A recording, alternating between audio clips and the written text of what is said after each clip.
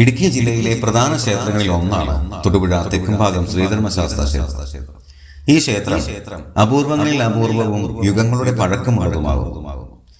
ആചാരങ്ങൾക്കും അനുഷ്ഠാനങ്ങൾക്കും താന്ത്രിക ചടങ്ങുകൾക്കും പ്രാമുഖ്യം നൽകി ഈ നാടിന്റെ മുഴുവൻ ശ്രേയസിനും ക്ഷേമത്തിനും ഐശ്വര്യത്തിനുമായി നിലകൊള്ളുന്നു ഈ ക്ഷേത്രം.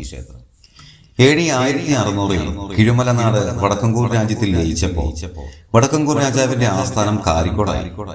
കാരിക്കോട് കോട്ടയും കൊട്ടാരവും പണിത് വടക്കംകൂർ രാജാവ് താമസമായി.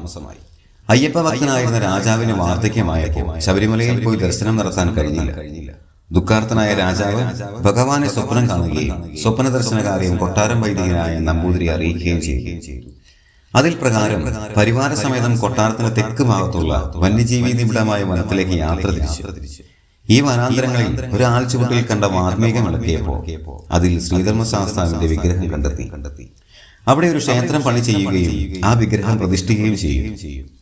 ഈ സ്ഥലത്തിലെ രാജാവ് തെക്കുംഭാഗം എന്ന് നാമകരണം ചെയ്തു.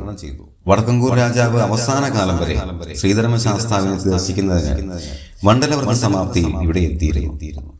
ശബരിമലയിൽ പോകാൻ സാധിക്കാത്ത ധാരാളം അയ്യപ്പ ഭക്തന്മാർ ഇരുമുടിക്കെട്ടുമായി ഇവിടെ എത്തി ദർശന പുണ്യം നേടിവരുന്നു. ശ്രീധർമ്മശാസ്താ ക്ഷേത്രം തെക്കുംഭാഗം തൊടുപുഴ.